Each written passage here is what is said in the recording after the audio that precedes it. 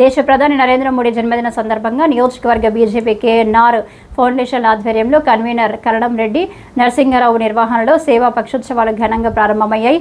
ఈ సందర్భంగా మాట్లాడుతూ ప్రపంచ దేశాలు సైతం భారత ప్రధాని మోదీ సేవలు పనితీరును ప్రశంసిస్తున్నాయని తెలిపారు.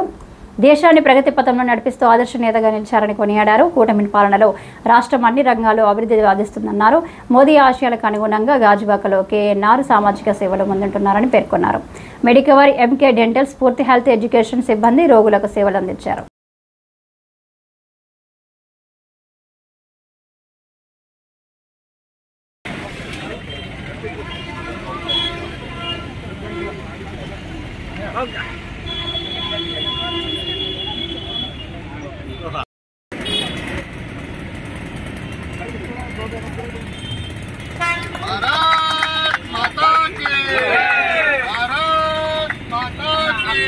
అవకాశాన్ని వినియోగించుకోవాలని కోరుతున్నాం. మా గాజువాక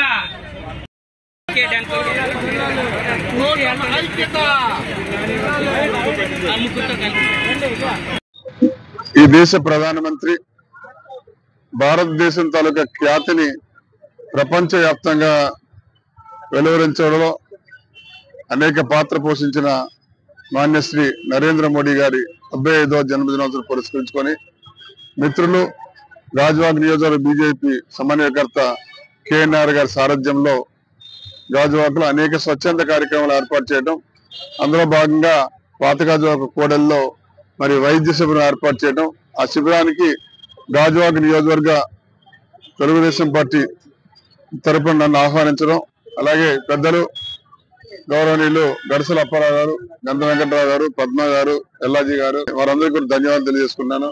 మరి నిజంగా ఒకసారి వారే ముందే మాట్లాడుతూ చెప్పారు, అతి సామాన్య కుటుంబంలో పుట్టి కృషి, పట్టుదల, అంకిత భావంతో భారతదేశానికి అంటే గుజరాత్ కి 15 సంవత్సరాల ముఖ్యమంత్రిగా, భారతదేశానికి 13 సంవత్సరాల ప్రధానమంత్రిగా. నమస్కారం అండి.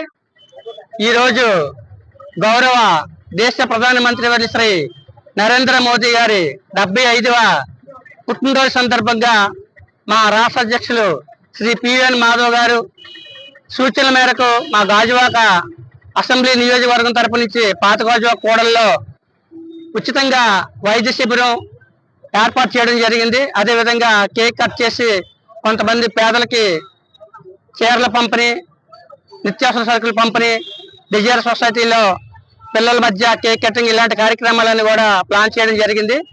సేవా పక్షోత్సవాలు అన్న పేరుతో ఈ రోజు నుంచి మహాత్మా గాంధీజీ పుట్టినరోజు అక్టోబర్ 2వ తేదీ వరకు ఈ 2 వారాల పాటు సేవా పక్షోత్సవాలు నిర్వహించడం జరుగుతుంది.